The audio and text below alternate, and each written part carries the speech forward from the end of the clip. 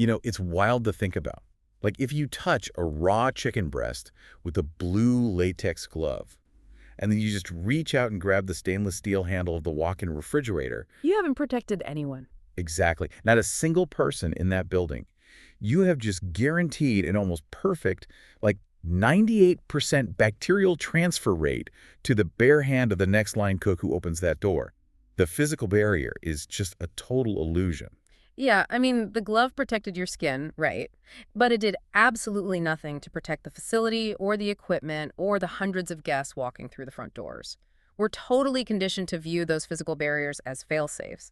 But in reality, in a high-volume environment, they frequently become the primary vehicle for cross-contamination. And that specific reality check comes straight out of the dossier we are tearing apart today. It's titled Food Safety and Hygiene, the Professional Standard. So we are looking at these comprehensive, really rigorous training materials designed for actual professional operations. Right, not just casual cooking. No, definitely not.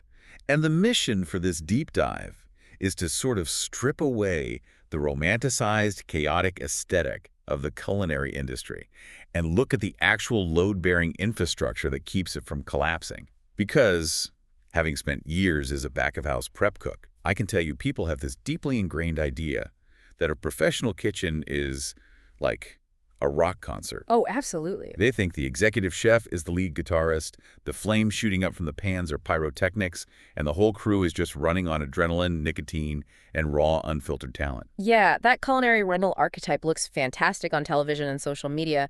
But, looking at this through the lens of high-volume, precision-focused front-of-house operations, which was my world, managing high-traffic espresso bars, adrenaline, and chaos are the enemy. They just lead to systemic breakdowns. Okay, let's unpack this. Because a true professional kitchen isn't a rock concert at all. It is a surgical theater. Right. If the operating room isn't sterile, it absolutely does not matter how good the surgeon's hands are. The patient is going to get an infection. And the core thesis of the dossier we're looking at today is that hygiene is not bureaucratic red tape. It is not some annoying checklist handed down by a corporate health and safety officer. It is the structural foundation of the business. It really is. And the materials use this incredibly stark graphic to illustrate that structural reality. It shows a hand pushing over a single tiny domino. But that small domino knocks over a slightly larger one and a larger one until the final piece in the chain, which is this massive, heavy concrete block, just slams down.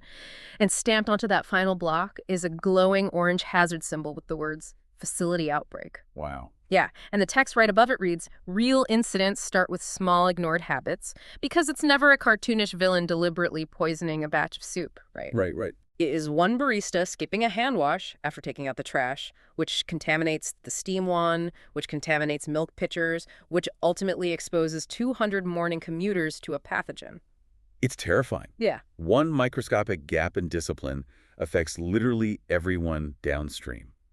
And that actually brings up another brilliant visual in these sources. It's drawn like an architectural blueprint, and they call it the Pyramid of Professionalism. I stared at this thing for a long time because it completely flips a whole culinary school ego on its head. How so? Well, if you look at the top of the pyramid, like the tiny pointed tip, that's where you find pleating. Just below that is speed, and below that is knife skills. Those are all the things everyone wants to post on Instagram. Ah, yeah, the visible techniques, the things that actually get you promoted or noticed by food critics. Exactly. But the entire base of this pyramid isn't just a line drawn on paper. It's depicted as this massive, thick, heavy steel block. And stamped onto the side of that steel block are the words, absolute hygiene and sanitation. I love that. Right. The dossier explicitly states that hygiene is the entry requirement. It isn't just the floor of professionalism, it is the entry point. You don't get to skip this foundation to work on your brunoise cut. Like if you have incredibly fast, precise knife skills, but you cross-contaminate your cutting board, you aren't a professional chef. You are a public health hazard with a really expensive knife. That is so true. And when we talk about maintaining that steel foundation, the materials demand an immediate focus on the physical discipline of hand hygiene. We're not talking about briefly running your hands under warm water when you feel like they're dirty. No, the splash and dash. Exactly. No splash and dash. It is a highly specific, non-negotiable 6-step process. Step 1, wet. Step 2, lather. Step 3, scrub. Step 4, rinse. Step 5, dry. And step 6, close the faucet with a towel. And man, that 6th step is where the entire process usually falls apart. Every time. You have people executing the first 5 steps flawlessly. Their hands are immaculate. And then they reach out with their wet, clean, bare hand and crank the dirty faucet handle to shut off the water. The exact same handle they just touched 2 minutes ago when their hands were covered in raw pork fat and microbiological flora. You have to use the single-use paper towel as a physical barrier to turn off the flow. Or the previous 5 steps were completely useless. Yeah, and the physics of water displacement actually exacerbate that mistake. When you touch a contaminated faucet handle with a wet, freshly washed hand, the moisture acts as a conduit. It actively pulls the pathogens from the metal surface directly back into the pores of your skin. Oh, that's so gross. Right. But the phase of this cycle that the dossier highlights in glowing orange is step 3, the scrub. They define this as the microbial kill zone, and it requires 10 to 15 seconds of vigorous, sustained scrubbing. And this isn't just a regulatory hurdle designed to keep you standing at the sink either. It's grounded in the specific biochemistry of soap. So soap molecules are amphiphilic. They have a hydrophilic head that loves water and a lipophilic tail that loves fats and oils. Right. And the exterior envelope of most bacteria and viruses, including things like norovirus or salmonella, is a lipid membrane. It's essentially a layer of fat. Exactly. So when you introduce soap and apply sustained mechanical friction, those lipophilic tails act like microscopic crowbars. They wedge themselves into the lipid membrane of the pathogen and literally tear it apart. That is wild. But that chemical and mechanical process takes time. The friction of your hands rubbing together, getting under the fingernails where the highest concentration of biological matter lives, interlacing the fingers, it takes a minimum of 10 to 15 seconds to achieve the necessary disruption of those lipid layers. Anything less, and you are basically just giving the microbes a warm bath.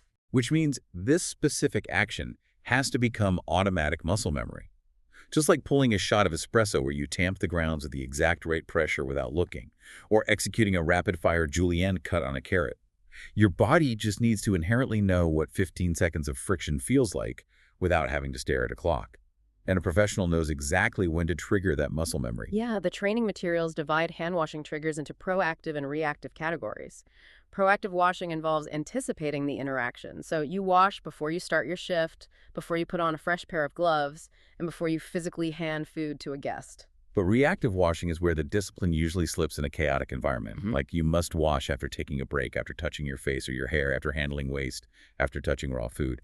And there was a massive focus in this dossier on modern kitchen realities, touching phones, tablets, or point-of-sale screens. Oh, the mobile phone is perhaps the most dangerous fomite, an object likely to carry infection in a modern service environment.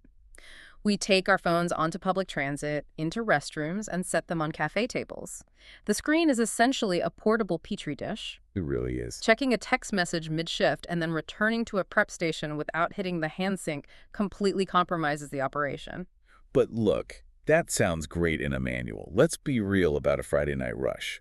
The ticket printer is running out of paper, the expediter's screaming for table 42, and you are deep in the weeds. If I'm scrambling to plate an entire rail of food, hitting the sanitizer pump as I run past the wall feels like a necessary compromise. I mean, it has to be better than nothing, right? I hear that all the time, but relying on sanitizer when your hands are soiled in a high-stakes environment is a catastrophic failure of discipline. The dossier attacks this specifically by dismantling what it calls the sanitizer myth. They use a structural cross-section graphic to explain it. Imagine a cross-section of a high-end garage floor. Soap, water, and friction are represented as a thick 20-millimeter slab of concrete foundation. That is the physical removal of pathogens and dirt. Hand sanitizer is represented as a 0.1 millimeter layer of chemical polish sitting on top of that concrete. So the sanitizer is strictly a finishing layer. It doesn't replace the structural work at all. Exactly. It adds a layer of chemical reduction, but it cannot penetrate a soiled surface. If your hands have food proteins, fats, vegetable starches, or literal dirt on them, those substances act as a physical shield. Wow. The alcohol in the sanitizer cannot penetrate the organic matter to kill the bacteria trapped underneath it. Furthermore, if your hands are damp, the residual water dilutes the alcohol concentration below the required 60 to 70% efficacy threshold. Relying on sanitizer when you're in the weeds with soiled hands is like putting a fresh coat of expensive carnival wax over a car that is covered in thick mud. That's such a good way to put it. It does absolutely nothing to clean the car, and it gives you a dangerously false sense of security. That structural analogy of the concrete versus the polish really just destroys the illusion that the alcohol pump is a magic wand. And honestly, that false sense of security with sanitizer actually pales in comparison to the biggest psychological trap in the kitchen, the barrier illusion of the blue latex glove. What's fascinating here is that the psychology of glove use is one of the most misunderstood phenomena in the food industry. The dossier isolates a specific behavioral principle. It says cross-contamination follows human behavior, not the physical barrier. Wearing a glove just makes people feel invincible. You snap on this tight synthetic armor over your hand, and your brain immediately registers, my hands are clean, I am safe. But the glove has zero antimicrobial properties. It does not magically neutralize bacteria on contact. Right. And the source provides a vivid graphic to dismantle this mindset. It shows a hand wearing a standard blue nitrile glove, but the glove is covered in glowing neon green specks, representing a high load of raw protein contaminants. That glowing blue glove is shown touching the pristine white rim of a ceramic dinner plate, leaving a glowing green smear behind. And the statistic hovering right next to that green smear is a 98% transfer risk. 98%. Yeah. Like, if there is pathogenic bacteria on the exterior of your glove and you touch a clean surface, it is a near mathematical certainty that you just contaminated that surface. We can trace a literal microscopic drop of chicken juice through a kitchen to see how fast this happens. Oh, absolutely. A cook wearing gloves grabs a raw chicken breast, puts it on the grill, and then, without changing gloves, grabs the handle of the reach-in cooler to get more butter. The handle is now contaminated. The next cook, who just meticulously washed their hands, grabs that handle. Their bare hand is now contaminated. They walk over and assemble a salad.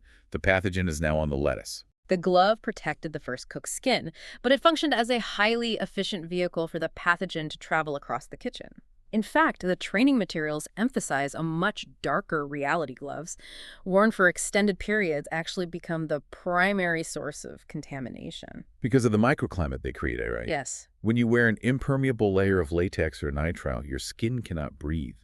Your hands begin to sweat. The pores on your skin expand due to the trapped heat, releasing whatever resident bacteria was deep within the dermal layers.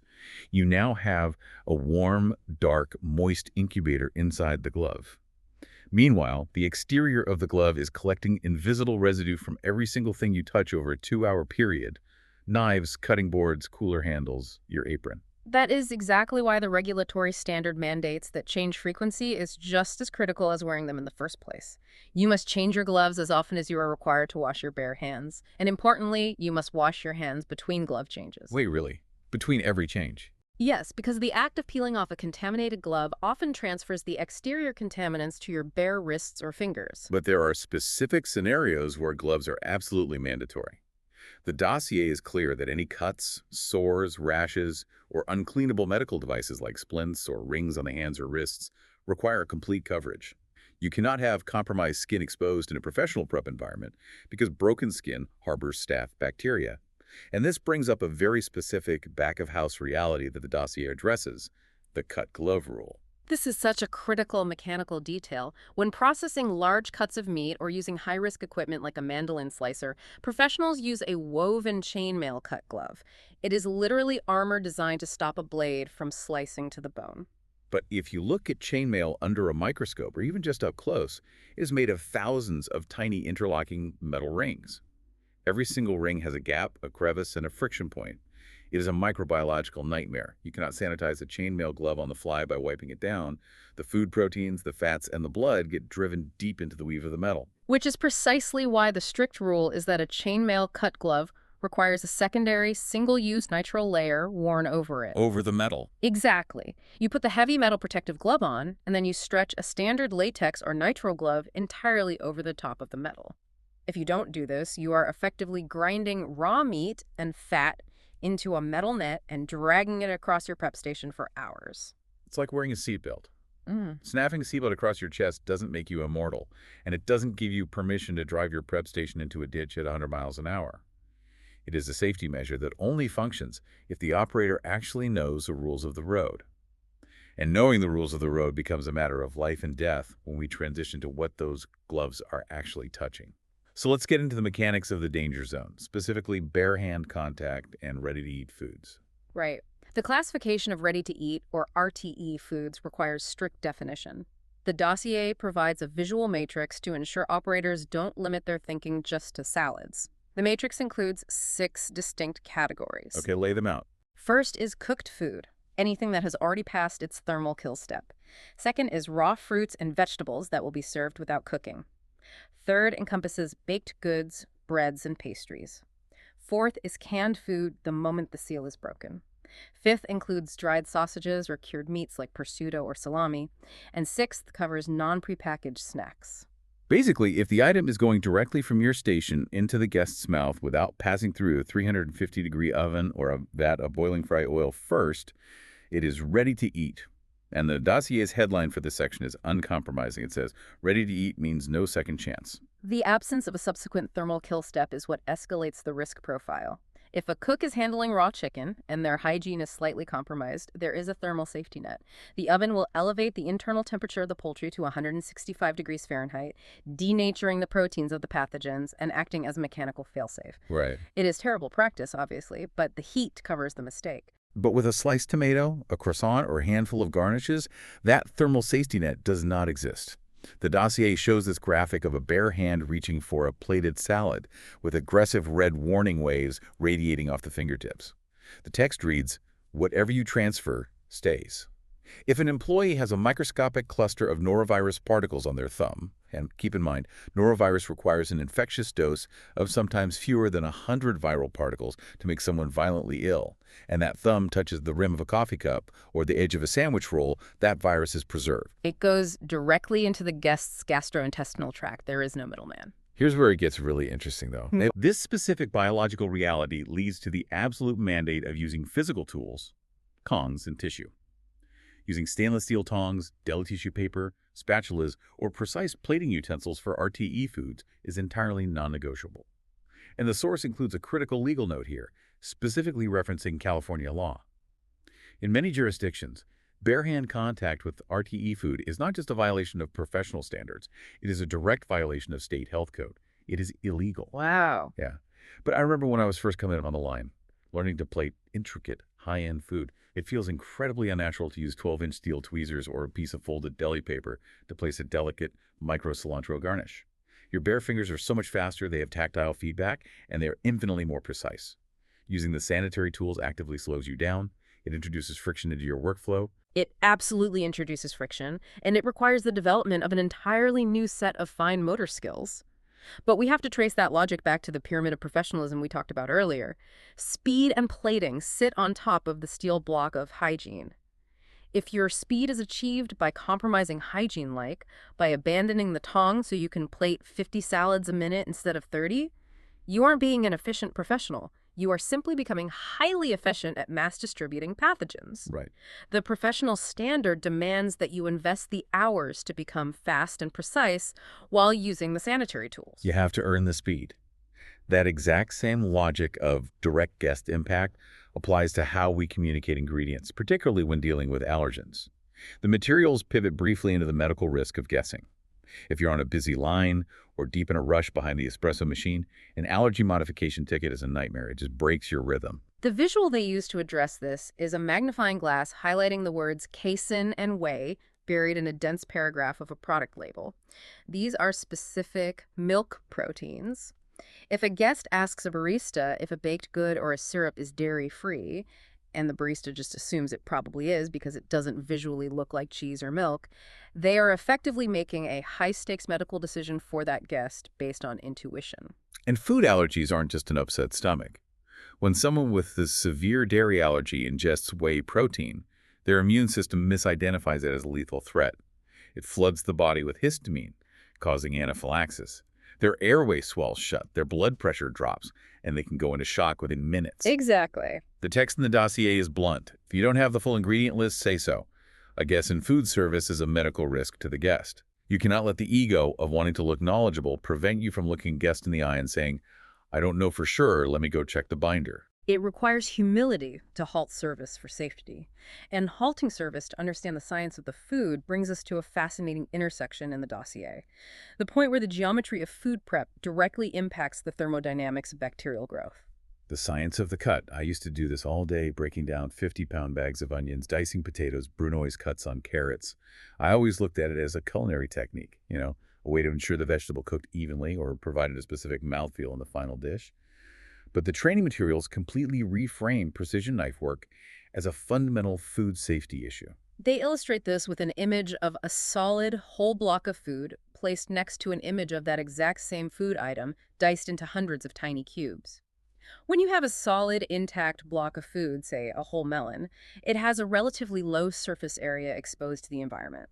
Furthermore, the exterior rind of many foods acts as a dry, sometimes acidic, shield that naturally repels bacterial colonization. But the second you take your chef's knife and slice through that rind, you drag whatever soil bacteria was on the outside directly into the nutrient-rich, high-water content, neutral pH interior of the flesh. And when you dice that flesh into a fine grid, you have exponentially increased the surface area. The graphic in the dossier shows a terrifying upward curve on a line graph. It says massive surface area equals exponential reactions.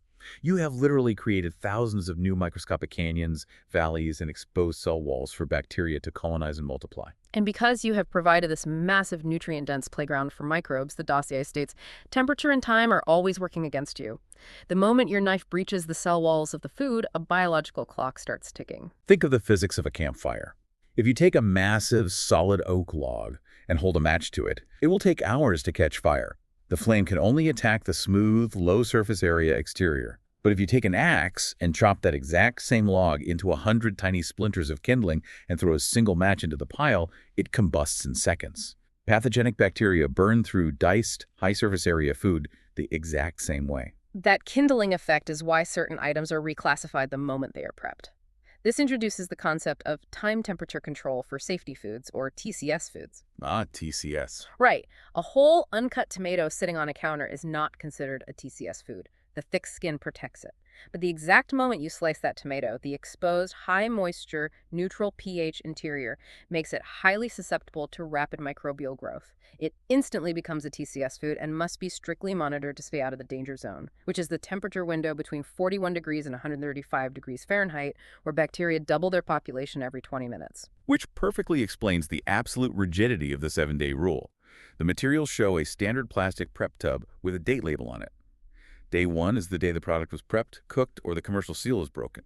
Day 7 is the day it goes directly into the trash. There are no exceptions, no smelling it to see if it's okay. Discard within 7 days. The science behind the 7-day limit is specifically tied to refrigeration kinetics and a pathogen called Listeria monocytogenes. Unlike most bacteria, which go dormant in the cold, Listeria can slowly grow at standard refrigeration temperatures of 41 degrees Fahrenheit. Epidemiologists and food scientists have calculated that it takes approximately 7 days for Listeria in a refrigerated environment to multiply to a level that can cause a severe infection.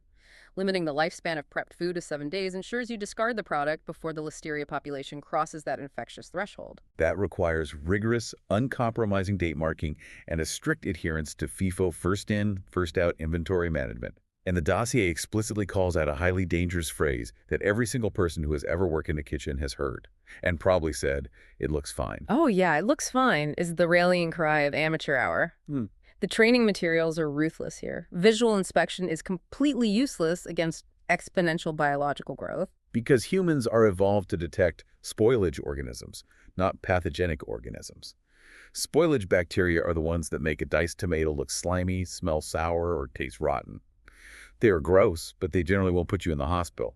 Pathogenic bacteria, the ones like Salmonella, E. coli, or Listeria that will absolutely destroy your internal organs, have no odor. None. They have no taste. They do not change the color or texture of the food. On day 8, that container of diced tomatoes might still look perfectly vibrant red and smell totally fresh because the spoilage organisms haven't taken over yet. But the invisible pathogenic load has already crossed into hazardous territory. You cannot see microscopic bacterial colonies with the naked eye. You are trusting the mathematical certainty of the biological clock, not your nose. And that biological reality transitions us into the final and perhaps most culturally difficult section of the dossier. We've talked about food degrading over time, but now we have to talk about the people handling it breaking down.